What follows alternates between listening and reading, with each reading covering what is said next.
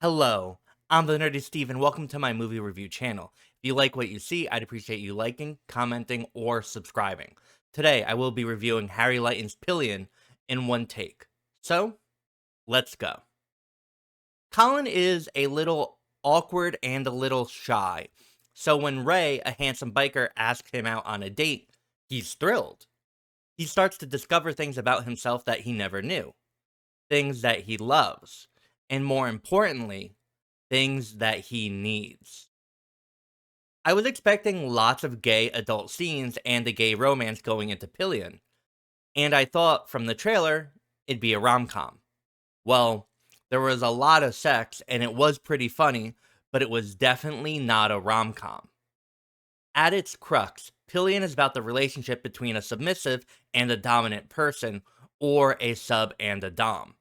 This can mean a lot of different things to a lot of different people, and that is one of my main problems with the film. I know what this relationship can entail, but not everyone does. And I don't know if Colin, our naive protagonist, knows what's going on. There really is no explanation of what the relationship between these two characters is. There is not a conversation setting up boundaries or any safeguards, stuff that is necessary in what one comes to expect in a relationship like this. Of course, this is a movie. It's not a how-to guide. But that's the problem. By neglecting to provide any context of what Colin knows or is expecting, we're kind of in the dark of how or why he's navigating the relationship the way that he is. What Ray is doing can come across as cruel or callous, but is it wrong? I don't know. Instead of feeling discomfort from the atypical relationship, I was more uncomfortable because I didn't know how much Colin knew. And the film kind of tries to solve this, but I think a little too late and a little ineffectively. About halfway through, there's a dinner scene involving Colin, Ray, and Colin's parents. This scene really starts to bring up great questions and topics. So much of the movie to this point has been this semi-humorous song and dance Colin has been doing to appease Ray. But there's been very little substance before this. Sadly, the dinner ends before we get some real answers. Afterwards, the film picks up, though. There are more complications and conversations that I really enjoyed, but it just came too late for me. And this sucks.